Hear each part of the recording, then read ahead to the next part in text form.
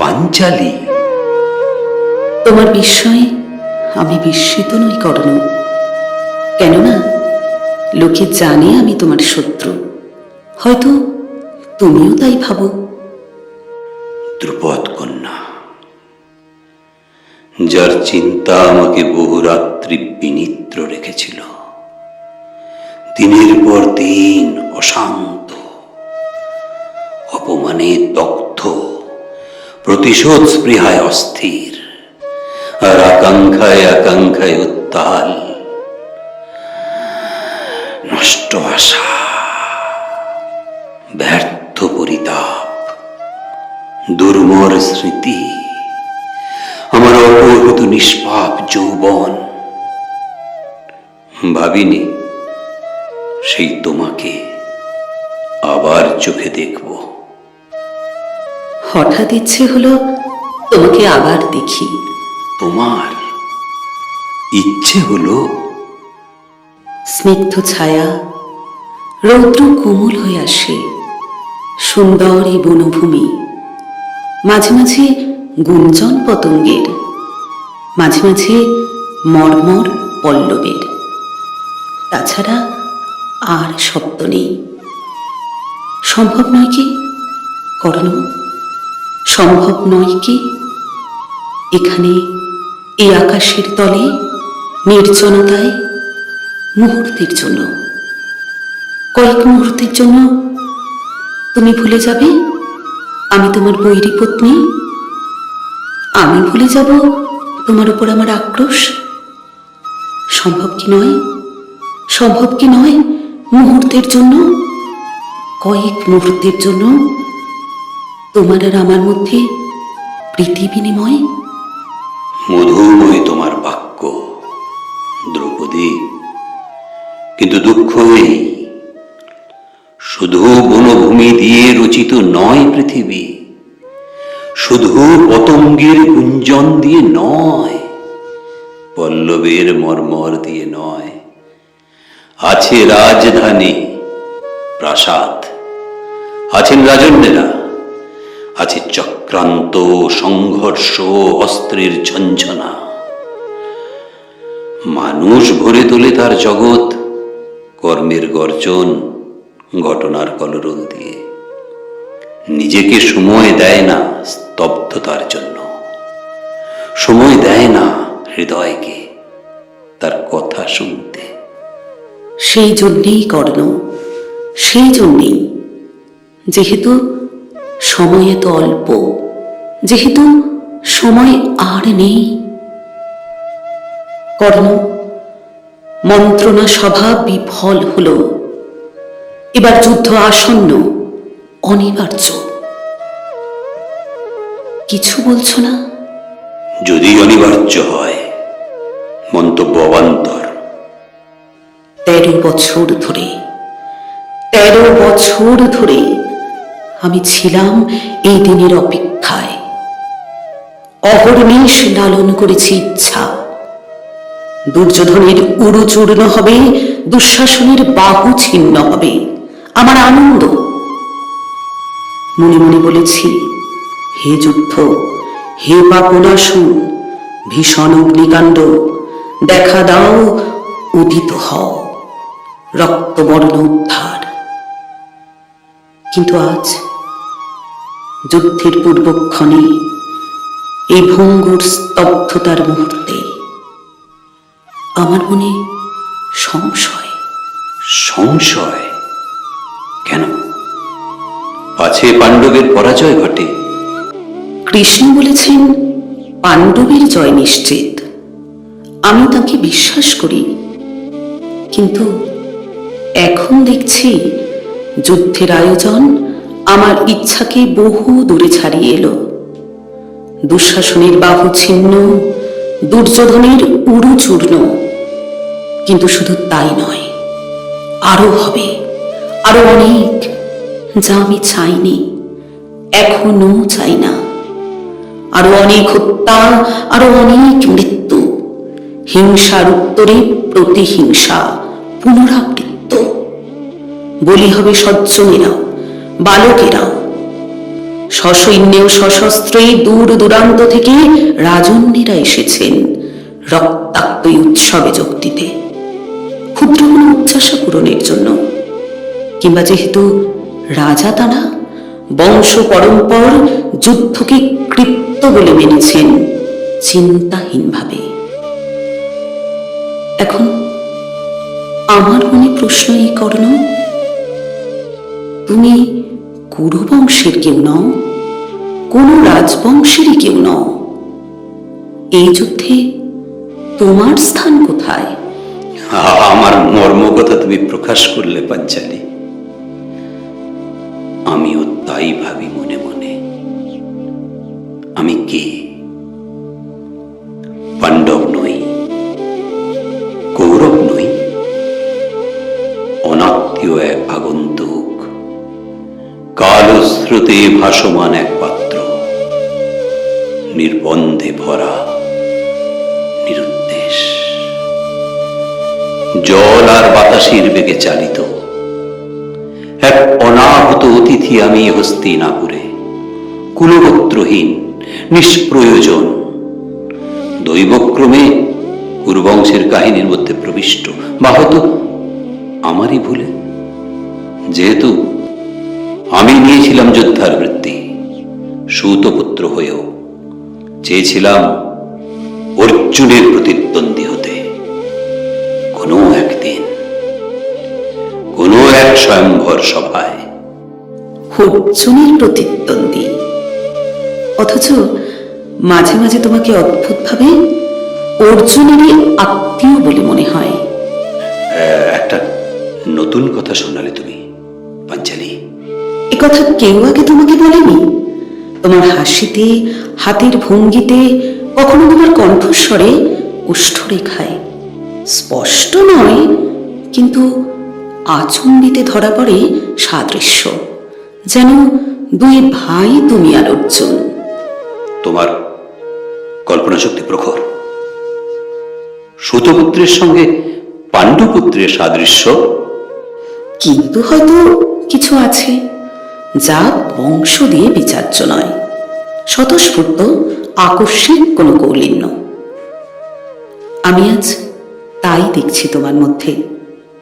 সত্যি বলতে তোমাকে আমি এই প্রথম দেখলাম।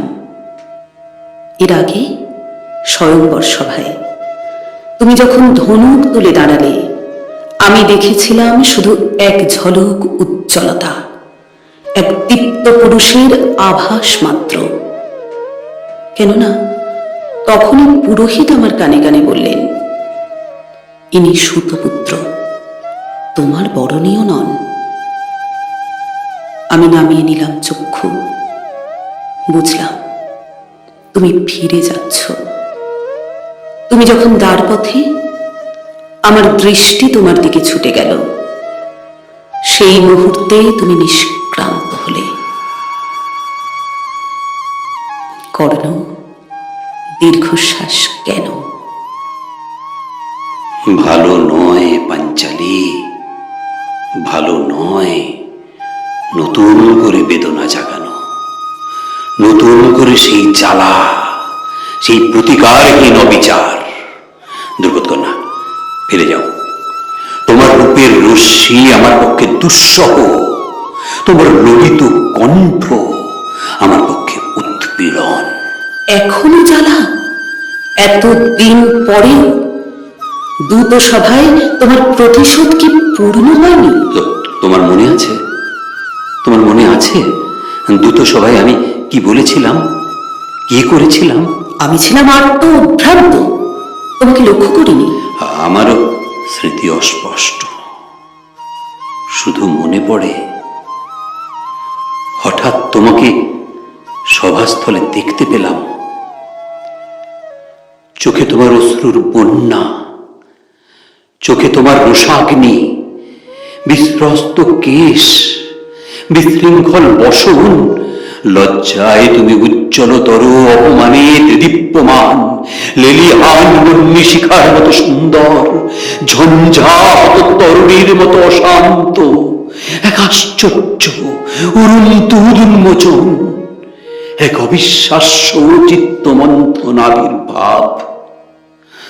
আর সেই মুহূর্তে আমারও সনিধ হলো প্রচলন্ত, আমার মস্তক যেন তীর্ণ, আমার চিন্তায় অন্ধকার, আমার স্নায়ুতন্ত্রে কম্পমান উন্মাদনা, কামনা, ক্রোধ, দুঃখ সব একসঙ্গে। বিশাল কামনা, সীমাহীন দুঃখ একসঙ্গে। আর তারপর ঠিক মনে পড়ে না আমি কি হেসে উঠেছিলাম, যেন মদিরায় মত্ত উদ্গীর্ণ করেছিলাম কোন বাক্যে আমার ন্যাক্কার। শুধু এটুকু জানি, আমার সেই অন্ধ উচ্ছ্বাসের অর্থ কেউ বোঝেনি। থাক কর্ণ, থাক। অতীত আর আলোচ্য নয় এখন, কেননা সব তর্কের মীমাংসা হবে যুদ্ধে। তবু তোমার কাছে একটি জিজ্ঞাসা আমার, ওই যাকে অবিচার বললে তুমি, তার দৃষ্টান্ত কি শুধু আমার সঙ্গর সভা? তুমি দুর্যোধনকে বলো তোমার সুহৃদ, কিন্তু তার কাছে কি পেয়েছ তুমি? এক মুঠো রাজত্ব। কিন্তু তোমার এই অঙ্গরাজ পদবী, তা কি নয় অন্তঃসারহীন অভিদা মাত্র? ক্ষমতা সব দুর্যোধনের, কর্তৃত্ব সব দুর্যোধনের, তুমি শুধু ব্যবহার্যতার যন্ত্র, যেমন যন্ত্রের। বীর তুমি, এই কি তোমার যথাযোগ্য সম্মান? তোমার যুক্তি আমি মানতে বাধ্য। কেউ আমাকে রাজা কর্ণ পর্যন্ত বলে না। তুমি কি ভাবো সম্ভব নয়, বিশ্বাস্য নয়? তবু ধরা যাক, দৈবাত যদি কৌরব পক্ষ জয়ী হয় যুদ্ধে, তুমি অংশ পাবে রাজত্বের। ভরত বংশে যার জন্ম নয়, সে পাবে রাজত্বের অংশ। তুমি মানো এই যুদ্ধে কোনো অংশ নেই তোমার? যে পক্ষেরই জয় হোক, তোমার কিছু এসে যায় না। আবার আমার মর্ম কথা তোমার মুখে শুনলাম। আমি জানি তোমার অধর্ম হবে দুর্যোধনের বিরুদ্ধে যদি যাও কখনো। রাবণ ভ্রাতা বিভীষণকে আমি প্রবঞ্চক বলি, কিন্তু আছে এক অন্য পথ, তৃতীয় পথ, সপক্ষে নয়, বিপক্ষে নয়, বিবিক্ত, ত্যাগ নয়, অত্যাগ নয়, নির্লিপ্তি। তোমার রাজ্য কেউ হরণ করেনি কর্ণ, কোন রাজ্য তোমার প্রাপ্য হবে না। তুমি নও কোনো জ্ঞাতি বা কুটুম্ব, কেউ পারবে না তোমাকে দোষ দিতে, যদি নিরপেক্ষ থাকো। আমার বিশ্বাস শাস্ত্র তোমাকে সমর্থন করবে। দেখছি তুমি কৃষ্ণের কথায় বিশ্বাসী নও। পাণ্ডবের জয় তুমি সন্দিহান। অন্তত নিশ্চিত জানি কৌরব পক্ষের নেতৃগণের নিপাত। আর তাই বলি, যে যুদ্ধে তোমার কোনো অংশ নেই, স্বার্থ নেই, তাতে যুক্ত হয়ে তুমি কেন প্রাণ দেবে কর্ণ? যুদ্ধে মৃত্যু হলে স্বর্গলাভ হয় ক্ষত্রিয়ের, কিন্তু তুমি তো জন্মসূত্রে ক্ষত্রিয় নও। তোমার বাগ্মিতায় আমি মুগ্ধ পাঞ্চালী। কিন্তু আমার প্রস্তাবে অসম্মত। তবু ভেবে দেখো, যদি তুমি রণস্থলে অস্ত্র হাতে নিয়ে পাণ্ডবের প্রতিপক্ষ হও, তাহলে নিশ্চিত যেন অর্জুন তোমাকে সংহার করবেন কর্ণ। ওই তোমার দৃপ্ত শির লুটিয়ে পড়বে রক্তময় কর্তব্যে, আর তোমার এই শক্তিপুঞ্জ শরীর শয়ান হবে কবন্ধ, বিভৎসভাবে নিশ্চল। কিন্তু কেন? তাতে কোন তৃপ্তি হবে তোমার আত্মার? কি সেই মহৎ উদ্দেশ্য যা সাধন করবে তোমার মৃত্যু? আমি সত্য বলবো, আমি চাই কৌরবের পতন, কিন্তু সেই জন্য কর্ণের আত্মাহুতি আমার মনে হয় নিতান্তই অনর্থক। কিন্তু কিন্তু পাণ্ডবের জয় যদি নিশ্চিত, তাহলে কর্ণবধের গৌরব থেকে অর্জুনকে বঞ্চিত করা কি অন্যায় হবে না? তুমি কি তাহলে মৃত্যুপান করেছ? এই সুন্দর পৃথিবীতে, এই রৌদ্রালোকে তুমি কি বাঁচতে চাও না কর্ণ? কেউ নেই যাকে তুমি ভালোবাসো? আমি ভালোবাসার কাঙ্গাল নই দ্রৌপদী, আমি আয়ুর ভিক্ষুক নই। কিন্তু আমি প্রার্থনা করি তোমার দীর্ঘায়ু। আমি চাই যুদ্ধের পরে, যখন আর অন্তরাল হয়ে দুর্যোধন থাকবে না, তোমার সঙ্গে পঞ্চ পাণ্ডবের মৈত্রী। ভাগ্যদোষে দুঃখ পেয়েছ তুমি, তাঁদেরও দুঃখ অবন্য। অবশেষে হোক সুখের সমাপ্তি, হোক স্নিগ্ধ তোমার জীবন, সৌহার্দ্যে, দানে, গ্রহণে, প্রীতির বিনিময়।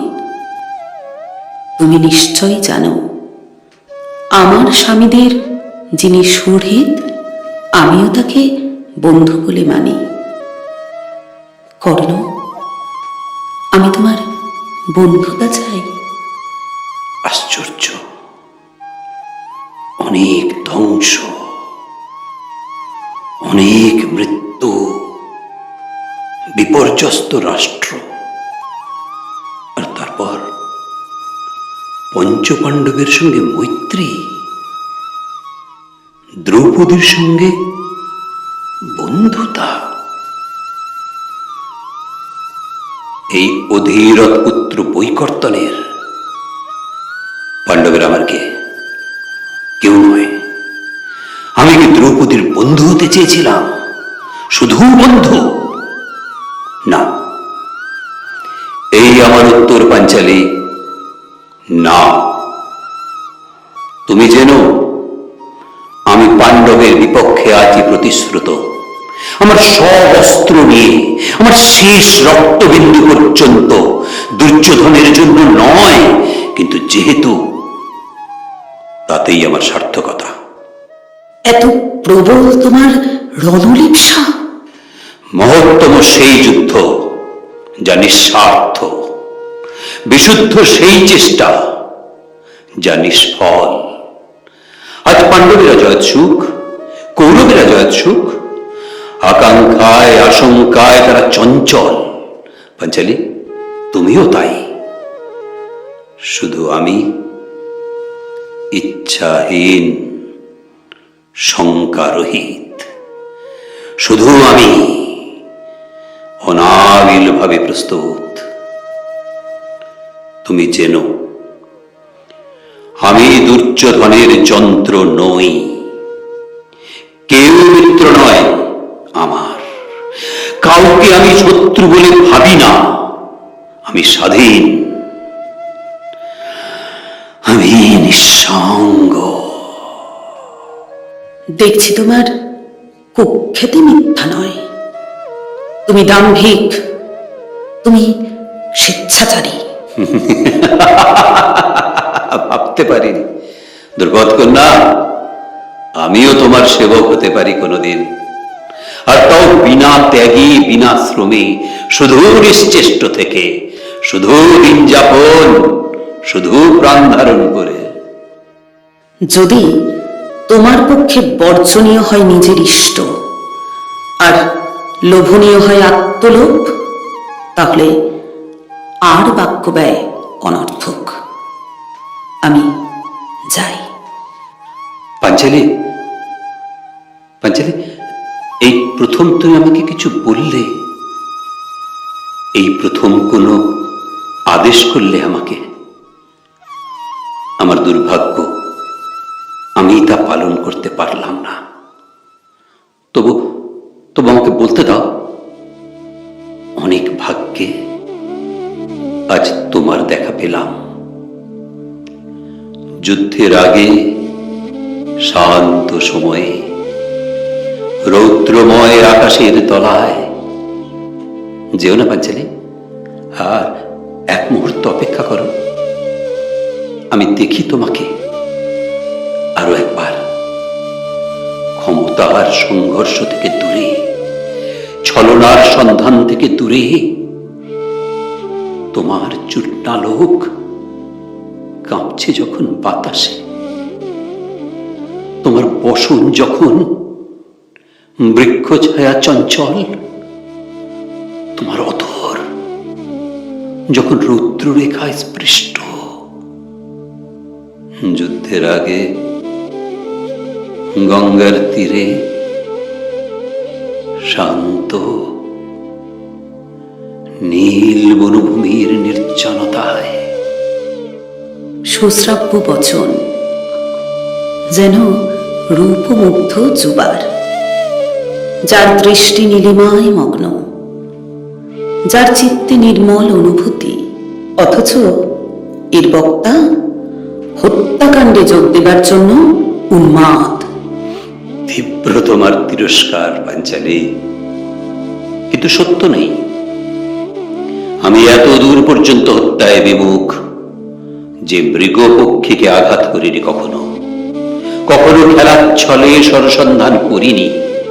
অর্জুনের মতো অস্ত্রচালনায় কোনো কীর্তি নেই আমার, শুধু কিঞ্চিত খ্যাতি আছে, হয়তো ভিত্তিহীন। আমি তাই চাই পরীক্ষা। না দ্রৌপদী, আমি উন্মাদ নই, শুধু অপেক্ষমান সেই মহান নিষ্করুণ পরীক্ষার জন্য, যার মধ্য দিয়ে অবশেষে আমি পাবো আমার আত্মপরিচয়, হতে পারবো নিজের কাছে প্রকাশিত ও প্রমাণিত। অনিবার্য তোমার পতন। আমার দুঃখ হয় তোমার জন্য। পাণ্ডব পত্নী বিজয়িনী হও।